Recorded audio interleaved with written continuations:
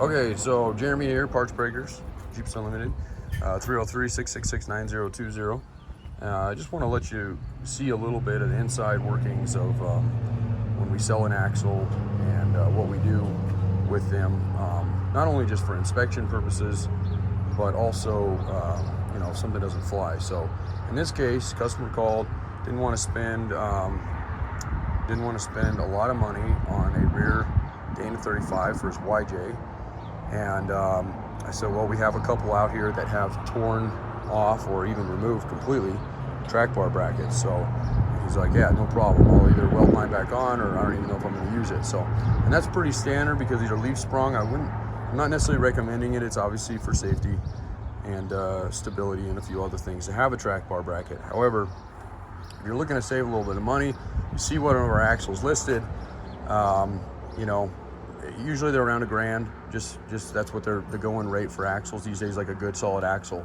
And you don't want to spend that, then definitely reach out. I do sometimes list them. This one was listed, and it was like 600, I think 700 bucks for the 410, 600 for every other ratio. So still a solid axle, came out of a running driving Jeep. We tested it, everything's good. So that was just a visual. Obviously didn't pass our visual.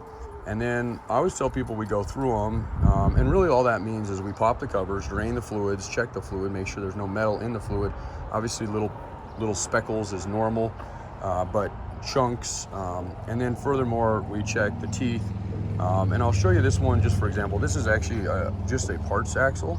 This is not one that we list for sale, but this will show you kind of what you're going to be signing up for in a sense if you buy something from us.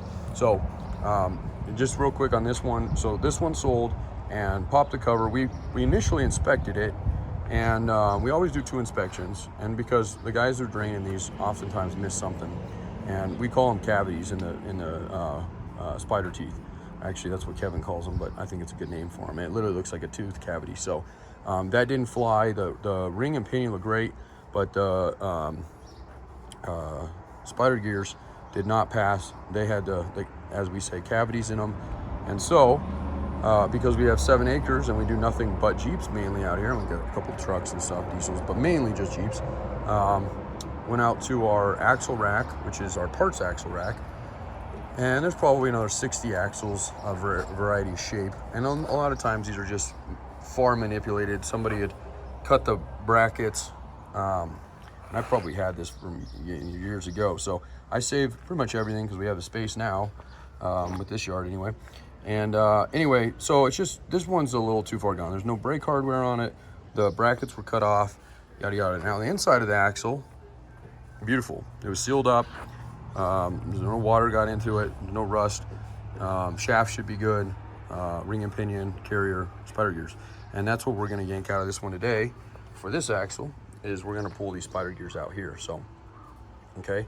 And really, we don't want to see anything broken, that's for sure. But then we also don't want to see excessive pitting. And like this one here, I don't have the cover off right now, but it's got quite a bit. You can tell it probably lost a tooth at one time, a ring tooth or a pinion tooth, and just it unfortunately it usually center masses into these spider gears and just starts chewing them up, little pieces of metal. So this one is real nice. It almost looks brand new actually, and they're not sloppy at all. So we'll pull these guys out today before we ship this guy and put them in, we'll install them in there. So the other thing we check are bearings, preload, which is pinion preload is what we check. We don't really check carrier preloads. We expect those to be good, and we have, I would say in 18 years, I've probably, no joke, had 5 axles in 18 years come back. And it usually isn't even that related. It's something entirely different. I couldn't tell you off the top of my head what those reasons were, but I can tell you that we do our due diligence, and that's really what I'm illustrating here. So, and then the last thing is seals. People always ask about seals. Seals are the one thing that we do not go in. We will check them, and really the only way to check them is just to look at them, to visualize. Pinion seals are clear. When they go out, they're usually wet around the nose down here. And then also you can get seepage here, brakes can be wet, vice versa, okay? So But that's all we do. And again, it's an old axle. I mean, these things are, this is a YJ probably, let's see, this is a 91 and 95. So we're talking minimally, let's see, my head's a little slow this morning, 10, 20, 35-ish years old. So yeah, it's probably gonna need some seals in it. And if you wanna do a bearing kit, you're more welcome to. Although bearings are usually pretty stout in these things, unless they've, you know, if we pull them out and they've gotten water in them, again, those end up on the parts axle shelf. We don't even sell those things. You know, they don't even pass inspection, let's just put it that way. So, but anyway, so people always ask, you know, what goes into it. I'm just using these as an example. This is gonna happen on any axle we sell out here. And these ones here, another good example, super rare axles, Dana 44s out of a Rubicon TJ, they've already sold. But once again, we're going through them top to bottom. One had a bad U-joint. So on fronts, if they have bad U-joints, we'd replace those. CB boots are a little questionable on the Grand Cherokees. We usually don't, but we will tell you about them. And then if you want us to, we can. Because these are premium axles, they're getting cleaned up, painted for the customer who wanted that done. And then unit bearings, both sides, U-joints, and that's about it. Everything else is good, and those are locked and everything else. So anyway, back to these guys here, and just wrapping up this video. So I think that covers it. So if you have any questions on what you're gonna get, you'll get a solid axle, straight obviously, rust-free, we consider. You know, you're getting a little oxidation from bare metal, but nothing, even something like this, which I would consider more of a surface. Here, we usually even don't even, you know, you may get, this would be as the absolute worst case scenario, and even this one probably wouldn't fly. And again, it didn't fly. There was several things wrong with it. So, but we really like to get these when they're, you know, they don't look like they've been in the East Coast, Midwest at all, and also not thrashed like this one clearly has been. So, and it might have just been laziness. I mean, somebody at the yard could have cut this off. We don't allow it, but I did buy the yard years ago, and Core wrote on it there. Anyway, so that's what we're gonna do. We're gonna go through it, and we're gonna make sure there's no broken teeth. This is a perfect example of a really nice pin ring gear teeth, and essentially you don't want sharp teeth here. There's kind of a trick you can do with your nails just to kind of see if it cuts your finger as I'm doing this. It's clearly what we call sharp teeth, and that just means there's usually a lot of miles on them. And we try to stay away from those. We'll throw those away immediately. But visually, just making sure there's no teeth, there's no pitting in these teeth, and then again, they're not sharp. Nice flat tops like that is nice clean. That's actually probably a fairly newer gear set in this axle. Somebody's probably been in here and rebuilt this at one time. And then just so you know, again, so we're going after spider gears now. That means this axle is going to come apart. And the rest of this axle will be checked out. Axle shafts, make sure they're true.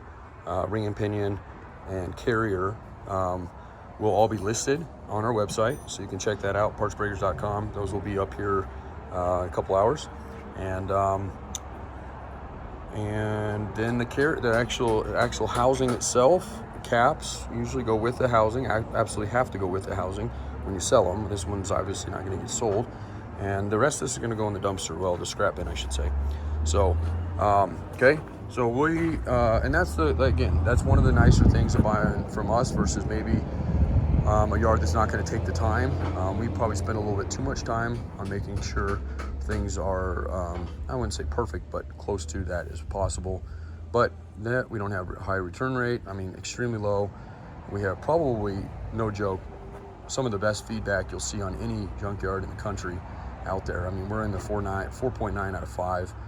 And I own the shop. My wife, we got Jerry behind me, and we have outstanding people that work here, and take care of them, and just just know that this is who we are. So again, if you're looking at axles, I'll post this on every single axle. So just because it's, you know, if you're buying a 44, for example, and this video comes up, it's just to illustrate what it is you're getting, not the axle itself you're getting, but what we're doing as far as our inspection goes, what we're replacing if it doesn't pass inspection on the inside, and you know, so that you don't put an axle in and then drive it 10 feet and it blows up on you or goes out. And that's another thing too, just keep in mind, you know, Jeeps are notorious for having people go into them, and unfortunately axles are not something that you're going to want to have somebody have just gone through, unless it was a mechanic that knows how to do one.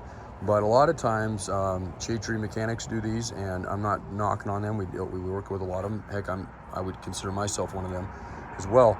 But if you have never set an axle up, we usually, if I get in there and immediately notice it's got a brand new ring and pinion set, I'll take a quick couple measurements and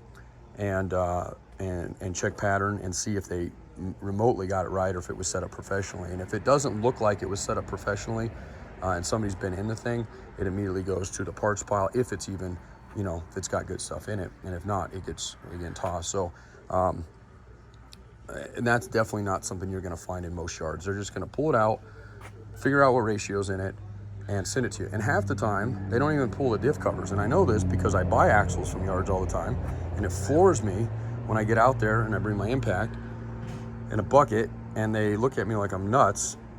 And I'm looking at them going, I ain't buying an axle unless I look at the thing. And when I say look at it, I want to pull the cover, because I can't tell you how many times I buy axles or I pop covers at yards and the damn thing is blown up inside, and they would have shipped it to me like that. So just keep that in mind out there. That is not something you're going to get from here, but you will see that. That is a common practice, and is a common practice in almost every big yard.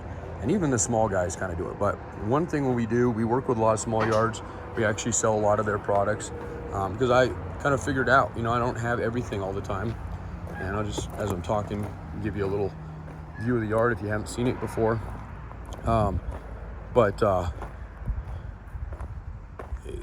When we work with our yards, one of the things we try to do, and we mainly work with the smaller guys out there, but we go into them, we tell them exactly who we are, what we would like to do, and basically we're looking for parts that maybe they're not selling and that we can sell. We're on a world level as far as selling and shipping parts all over the world. We get requests, daily, internationally, and then of course Midwest, East Coast, gigantic customers of ours, all the coastal areas. We ship a ton of products. So anyway, we go in, tell them who we are, and then if they're open to it, and some of them are, some of them aren't, we start working with them, start building a relationship, and that way we can best serve our customers, because that way we can truly have almost everything, because we have somebody out there in our network that may have the part that you're looking for. For a lot of you guys that just want to hunt yards and stuff, that's probably water under the bridge.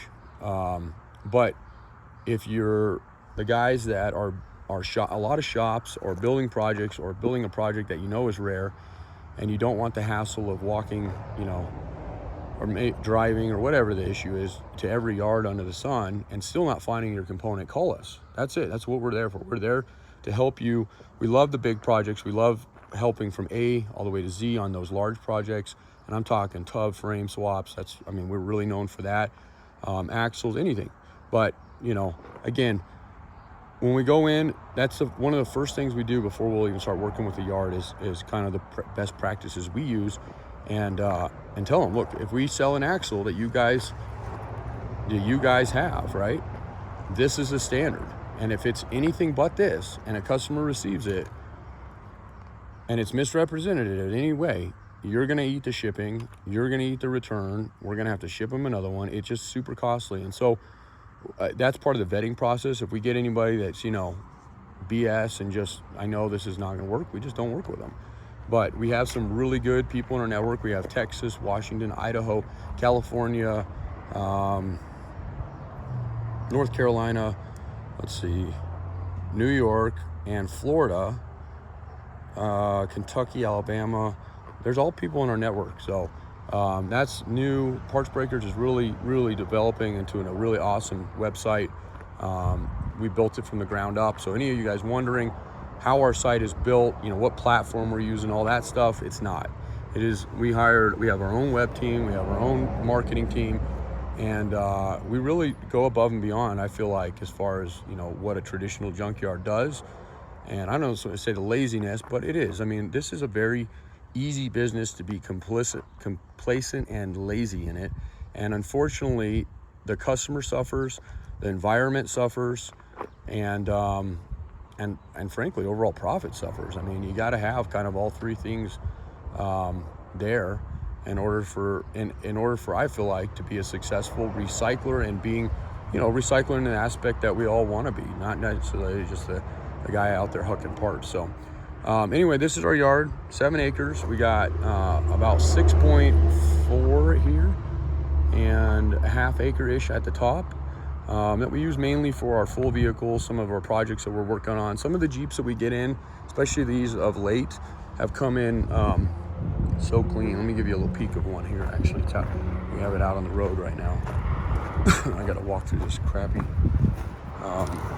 these thistles are horrible. I get in my dog's feet all the time, so I get in the socks, and I missed our burn season, so I'm just complaining. So, oh crap, can't see it from here. Anyway, it's a nice CJ we got in. So this is a way too long video on an axle I was demonstrating, and I appreciate your patience today and spinning it with me this morning. I post a lot of videos. Some of them I call them, they're like the boring videos, but I think they're informational to an extent. And if you're wondering, you know, you're buying a Jeep and maybe looking at what's possibly going to be wrong inside of an axle, this might be informative to you. There's that beautiful thing there. So 40,000 miles. I mean, we bought it to part it because it was an in-op, but it needed a new carburetor. We put a new carburetor on it. It's an iron four-cylinder, rust-free. It's got one small spot on the outside, but that tub is beautiful. Clean title, and that guy's up right now for sale. I'm sure here in a week or so he'll be gone. So, but yeah, we don't do a lot of those. Normally we just do parts. But anyway, Jeremy again, 303-666-9020. PartsBreakers.com. Thanks, guys.